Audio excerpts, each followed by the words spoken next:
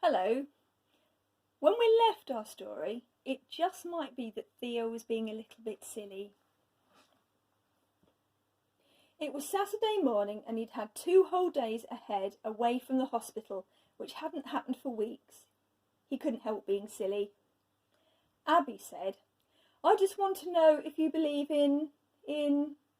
She paused. "Not magic." She paused again. "Not magic?" "No, go on." "If someone was reading a book about a bus, it would be impossible for them to be on the bus, wouldn't it?" "I'm keeping up, Abby, I think." "Or if it was about the sea, and then while they were reading they fell or slipped into the sea." "Are we still on the bus?" interrupted Theo. "No, we're in here, this room, in this house." "You still like the house?" asked Theo, a little anxiously, and he looked around at the bare old-fashioned room, with the empty fireplace and the ivy-leaf shapes at the window, and he remembered Polly's thoughts of eeriness. "It's like a house in a book," said Abby, and reached out a hand to touch the carved panelling. "You're not listening properly. I was talking about the sea, reading about the sea, and then falling into the sea." "Reading about the sea and then falling into the sea," repeated Theo. "Yes, the actual wet stuff." "Not right in," said Abby, and became quiet, baffled by the impossibility of explaining. Theo, however, looked thoughtful, and then very pleased, and exclaimed, "I know what, we'll go." "Go where?" "Pop across to Southend or somewhere." "Do you mean to the real sea?"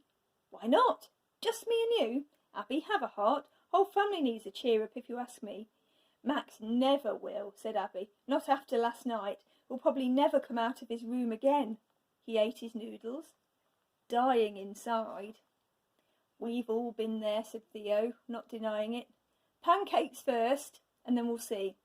Pancakes brought the boys downstairs. First Louis, dressed, Abby was thankful to see, and then Max, pale from his sleepless night. Theo immediately handed him the frying pan and the jug of batter, set Abby slicing oranges, Louis cupboard hunting for chocolate spread, raspberry jam and squirty cream, and sat down himself to write a list. "Jackets," he said, "hats, all that.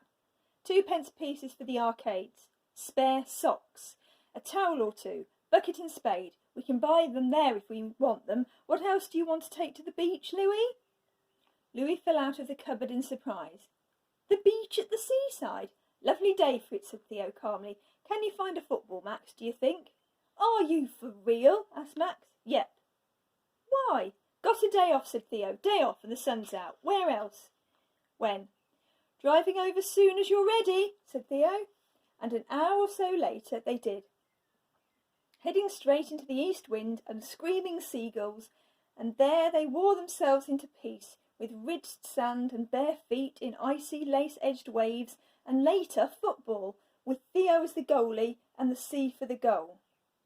As they left, Abby picked up seashells, and when Louis noticed, he picked them up too, jubilant to find 3 yellow periwinkles and 2 halves of a cockleshell still joined in the middle.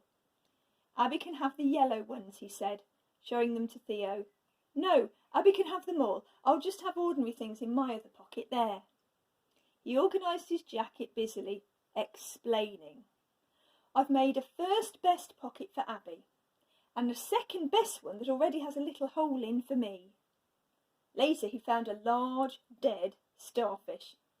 "Which pocket is that going in?" teased Theo. Louis emptied his first best pocket shells into his hat, put his second best pocket shells into his newly emptied first best pocket, and put the starfish in his now vacant second best pocket. Then he carried the hat proudly to Abby. "No, no," she protested, saw his eyes and changed her mind. "Thank you." "They're beautiful." "Thank you," she said.